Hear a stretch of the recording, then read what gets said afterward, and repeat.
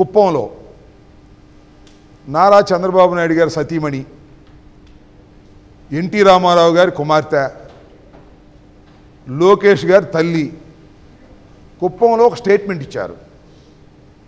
అది చాలా ఆశ్చర్యకరమైన స్టేట్మెంట్ అని మీరు అనుకుంటున్నారేమో. కాదు, అది అనుకుని ఇచ్చినటువంటి స్టేట్మెంట్. ఎందుకంటే కుప్పంలో నారా చంద్రబాబు నాయుడు గారు ఈసారి ఓడిపోబోతున్నాడు అనేది ఇవాళ మేము చెప్తున్నటువంటి అంశం కాదు. గత సంవత్సరం నుంచి, సంవత్సరం పైచిలుకు నుంచి ఎప్పుడైతే స్థానిక సంస్థల ఎన్నికల్లో వైఎస్ఆర్ కాంగ్రెస్ పార్టీ విజయభేరి మోగించిందో ఆ రోజు నుంచి కూడా ఇంకా కుప్పంలో చంద్రబాబు నాయుడు గారు నిలబడే పరిస్థితి లేదు, నిలబడితే గెలిచే పరిస్థితి లేదు. ఈ విషయాన్ని పెద్దిరెడ్డి గారు చాలా సందర్భాల్లో చెప్పారు, మిథున్ గారు చాలా సందర్భాల్లో చెప్పారు, అక్కడ పోటీ చేయాలనుకుంటున్న మా ఎమ్మెల్సీగా ఉన్నటువంటి భరత్ అనేక సందర్భాల్లో చెప్పాడు. అంతేకాదు, కుప్పానికి, కుప్పం బ్రాంచ్ కెనాల్కి జగన్మోహన్ రెడ్డి గారి చేతుల మీదుగా కుప్పానికి నీరివ్వబోతున్నాం, సాగునీరివ్వబోతున్నాం, తాగునీరివ్వబోతున్నాం త్వరలోనే, నోటిఫికేషన్కి ముందే. ఇలాంటి రాజకీయ పరిణామాలు చూసిన తర్వాత కుప్పంలో చంద్రబాబు నాయుడు గారి బండారం బయటపడిపోయింది. అంతేకాదు, గతంలో అనేక సందర్భాల్లో కుప్పంలో ఆయన దొంగ ఓట్లను చేర్చుకున్నాడు. ఆ దొంగ ఓట్లతోనే గెలిచేటటువంటి పరిస్థితి వచ్చింది. మొన్న జరిగినటువంటి వెరిఫికేషన్లో సాధ్యమైనంత వరకు కుప్పంలో చేర్చినటువంటి దొంగ ఓట్లన్నీ కూడా తీసి పక్కన పెట్టి జెన్యూన్ ఎన్నిక జరగబోతా ఉన్నది. ఈ జెన్యూన్ ఎన్నికను ఎదుర్కోలేక చంద్రబాబు నాయుడు గారి బండారం అంతా ప్రజలకు తెలిసిపోయిన తర్వాత, మళ్ళా తిరిగి ఆయన ముఖ్యమంత్రి అయ్యే పరిస్థితి లేదని అర్థమైన తర్వాత కుప్పంలో కూడా చంద్రబాబు నాయుడు గారిని ఓడించటానికి ప్రజలు సిద్ధమయ్యారని అన్ని సర్వేలు చెప్పిన తర్వాత నిలబడి ఓడిపోవడం కంటే రెస్ట్ తీసుకోవడం మంచిదనే నిర్ణయానికి చంద్రబాబు నాయుడు గారు వచ్చారని చెప్పడానికి నిన్న భువనేశ్వరి గారు మా వారైనటువంటి నారా చంద్రబాబు నాయుడు గారిని చాలాసార్లు గెలిపించారు, ఇక ఆయన రెస్ట్ తీసుకుంటాడు, నేను పోటీ చేస్తానని చెప్పేటటువంటి పరిస్థితికి వచ్చింది. అంటే ఇది ప్రీ ప్లాన్డ్గా ఒక విధంగా ఓటమిని అంగీకరించేటటువంటి పరిస్థితికి వారు వచ్చారనే విషయాన్ని దయచేసి అందరూ తెలుసుకోవాల్సిందిగా కోరుతూ ఉన్నాను. దీనికి తోడు మొన్న ఎక్కడో అదేది శంఖారామా లోకేష్ గారు మాట్లాడుతుంట శంఖారామంలో మా నాన్న ముసలోడు అంటారా,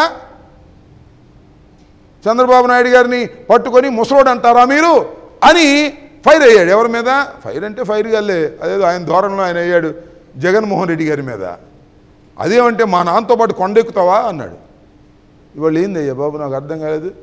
మీ అమ్మగారు భువనేశ్వర్ గారు ఏం చెప్పారు, రెస్ట్ తీసుకోమంటే ఏంటి, వయసు మీరిపోయింది, ఇక నువ్వు రెస్ట్ తీసుకోండి సార్, చక్కగా కింద ఇంటికాడ కూర్చుని కృష్ణారామం అనుకునే పరిస్థితి వచ్చింది, మీరు ఇక కొండలు ఎక్కలేరు, బండలు మోయలేరు, జగన్మోహన్ రెడ్డి గారి మీద అసలు ఫైటు చేయలేరు, కాబట్టి సర్దుకోమనేమో మీ అమ్మ చెబుతుంటే మీ నాన్నేమో కొండెక్కించాలని చూస్తున్నావు నువ్వు.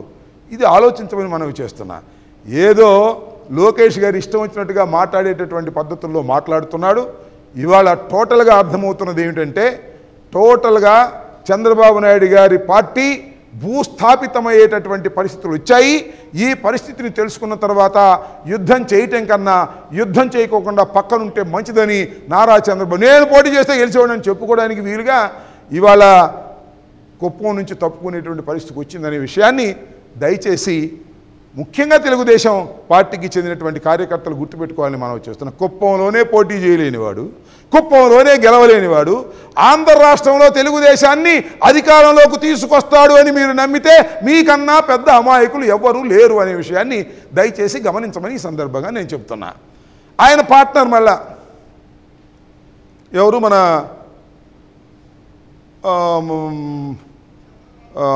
దత్తపుత్రుడు. ఆయన ఏం మాట్లాడుతున్నాడు నిన్న, పవన్ కళ్యాణ్ గారు. ఆయన మొట్టమొదటి ఏం చెప్పాడు రాజకీయాల్లో, నేను చదువుల వారసుణ్ణి, నీతి నిజాయితీగా ఎన్నికల్లో పాల్గొనేటటువంటి తత్వం కలిగి వాడిని, జీరో బడ్జెట్తో ఎన్నికలు చెయ్యాలి అని చెప్పినటువంటి పవన్ కళ్యాణ్ గారు ఇవాళ ఏమంటున్నాడంటే, డబ్బులు ఖర్చు పెట్టలేవు, ఎలక్షన్లో డబ్బులు ఖర్చు పెట్టకపోతే కుదరదు, డబ్బులు ఖర్చు పెట్టవలసిందే, ఓట్లు కొంటారో లేదో మీ ఇష్టం, ఓట్లు కొనొద్దని మాత్రం చెప్పటల్లా. చెగువీర వారసుడు, కమ్యూనిస్టులే నిజమైన దేశభక్తులని చెప్పినటువంటి పెద్ద మనిషి, ఓట్లు కొన్నా పర్వాలేదు అనేటువంటి స్థాయికి ఎందుకు దిగజారిపోయావు పవన్ కళ్యాణ్ గారు? దీనికి సమాధానం చెప్పవలసినటువంటి అవసరం ఉందని మనం చేస్తున్నాం. నీకు కూడా అర్థమైపోయింది, మీ జాయింట్ సఫలం కాదని, మీరు ఓడిపోతారని చాలా క్లియర్గా అర్థమైపోయిన తర్వాత ఇక డబ్బులు కుమ్మరించండి అనేటువంటి పద్ధతి. దాని అర్థం అదే. మీరు ఆ మాటలు అనకపోయినా డబ్బులు కుమ్మరించండి, ఎంతైనా ఖర్చు పెట్టి గెలవాల్సిందే, ఓట్లు కొనాల్సిందే అని స్పష్టంగా అనకపోయినా ఆయన మాట్లాడినటువంటి తీరు యొక్క పద్ధతి యొక్క ఆలోచన అర్థం ఖచ్చితంగా డబ్బులు ఖర్చు పెట్టాలి, ఓట్లు కొనాలి, డబ్బులు ఖర్చు పెట్టి ఓట్లు కొని గెలిచేటటువంటి ప్రయత్నం చేయాలనేటువంటి దశకు మరి పవన్ కళ్యాణ్ గారు రావడం చాలా దురదృష్టకరమని మనవి చేస్తున్నాను. అంతేకాదు, నేను జాతీయ నాయకులతో చాలా తిట్లు తిన్నాను అన్నాడు. తిట్టరు మరి జాతీయ నాయకులు? నువ్వేమో బీజేపీతో పొత్తులో ఉంటావు, చంద్రబాబుతో మంత్రాలు ఆడతావు, చంద్రబాబు జైల్లో ఉంటేనేమో జైల్లోకి వెళ్ళి పలకరిస్తావు, పలకరించి బయటకు వచ్చి నేను చంద్రబాబు కలిసే పోటీ చేస్తున్నాం అని అంటావు. ఒక పొత్తులో ఉండి ఆ పొత్తులో ఉన్న పార్టీకి సమాచారం లేకోకుండా మరొక పార్టీతో పొత్తులో మీరు వెళుతున్నప్పుడు ఖచ్చితంగా ఏ రాజకీయ పక్షమైనా, నైతిక విలువలు కలిగిన ఏ రాజకీయ పక్షమైనా, నైతిక విలువలు కలిగిన ఏ రాజకీయ నాయకుడైనా నువ్వు చేస్తున్నది తప్పు అని చివాట్లు పెడతారు. వాళ్ళు పెట్టేది ఏంటి? దారైపోయిన అడిగినా కూడా చివాట్లు పెడతారు. ఏమయ్యా నీకు బుద్ధి ఉందా, బుద్ధి లేదా? బీజేపీతో పొత్తులో ఉన్నావు కదా, బీజేపీకి చెప్పకోకుండా నువ్వేంటే చంద్రబాబుతో పొత్తులోకి వెళ్తున్నావు, వాళ్ళకి అనుకున్నావా అని అడుగుతారు. అందువల్ల అనేక చివాట్లు నువ్వు తిన్నా రాబోయే కాలంలో మరిన్ని చివాట్లు తినేటటువంటి పరిస్థితి కూడా ఏర్పడుతుందనే విషయాన్ని దయచేసి పవన్ కళ్యాణ్ గారు గమనించాలని ఈ సందర్భంగా నేను మనవి చేస్తున్నాను. సరే, పవన్ కళ్యాణ్ గారికి ఇంతవరకు పొత్తు అన్నారు కానీ ఆ పొత్తు ఎక్కడ పొడిచిందో అర్థం కావట్లా, ఎన్ని సీట్లు ఇస్తారో అర్థం కావట్లా, ఈయన ఎన్ని పోటీ చేస్తాడో ఈయనకి అర్థం కావట్లా. ఏదో అక్కడక్కడ భీమవరంలోనే పోటీ చేస్తాను అంటున్నా అంట, మరి నిజమో కాదో తెలియదు, అఫీషియల్గా అనౌన్స్ చేయనటువంటి పరిస్థితి. ఇలాంటి గందరగోళ పరిస్థితుల్లో మా ప్రత్యర్థులు ఉన్నారనే విషయాన్ని దయచేసి ఓటరు మహాశయులు గమనించాలని మనవి చేస్తున్నా. వాళ్ళు గందరగోళంలో ఉన్నారు, వాళ్ళు ఎన్ని సీట్లో తేల్చుకోలేని పరిస్థితిలో ఉన్నారు, ఎవరెక్కడ పోటీ చేయాలో కూడా తెలియనటువంటి పరిస్థితిలో ఉన్నారు, చంద్రబాబు నాయుడు గారు కూడా రెస్ట్ తీసుకునే పరిస్థితిలో ఉన్నారు. కాబట్టి టోటల్గా తెలుగుదేశమే రెస్ట్ తీసుకోవాల్సినటువంటి పరిస్థితి ఏర్పడుతుంది. దానితో పాటు పవన్ కళ్యాణ్ గారు కూడా రెస్ట్ తీసుకునే పరిస్థితికి వచ్చిందని ఈ సందర్భంగా నేను చెప్పదలుచుకున్నా. ఇంకపోతే లోకల్ ఇష్యూ ఇక్కడ ప్రస్తావన చేయాలి. నిన్ను కూడా నేను ఒక బహిరంగ సభలో చెప్పా, ఇక్కడ నేను శాసనసభ్యుడిగాను, అదేవిధంగా డాక్టర్ అనిల్ పార్లమెంటు సభ్యుడిగాను పోటీ చేయబోతున్నాం. జగన్మోహన్ రెడ్డి గారి ఆదేశాల మేరకు మా మీద పోటీ చేస్తున్న వారు ఎవరో తెలుసా మీకు? వాళ్ళిద్దరి పేర్లు నిన్ను ఉచ్చరించను.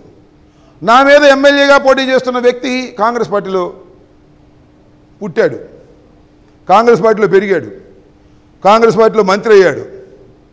ఆయన ఆ పార్టీ నుంచి ఆ పార్టీకి, ఆ పార్టీ నుంచి ఆ పార్టీకి వెళ్ళి ఇప్పుడు సైకిల్ పార్టీకి వచ్చి నా మీద పోటీ చేస్తున్నాడు. మీ ఇద్దరు ఒకే పార్టీలో ఉన్నాం. ఇన్ని పార్టీలు మాడినటువంటి వ్యక్తి విశ్వాసం లేని వ్యక్తి. కాంగ్రెస్ పార్టీ అంత పెంచితే కాంగ్రెస్ పార్టీ మీద విశ్వాసం లేని వ్యక్తి.